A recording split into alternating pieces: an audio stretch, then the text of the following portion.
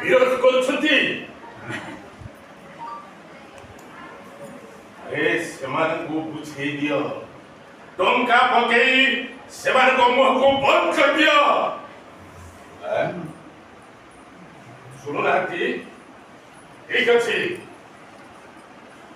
ଆରେ ଯୋଉମାନେ ବୁଝୁନାହାନ୍ତି ତାଙ୍କୁ ବହୁତ ଚଢେଇ ତାଙ୍କୁ ସଫା କରିଦିଅ। କହୁଛି ଆରେ ମୁଁ ଯାହା କହେ ସେଟା ଫାଇନାଲ ହୁଏ। ଠିକ ଅଛି, ରାତାରାତି ସେ କଣ୍ଟାକୁ କହିଦିଅ ସେ ମନ୍ଦିର ଚାରିପଟେ ସେ ଇଟା ପଥର ଗୁଡାକ ବାହାରକୁ ନେଇଯାଉ।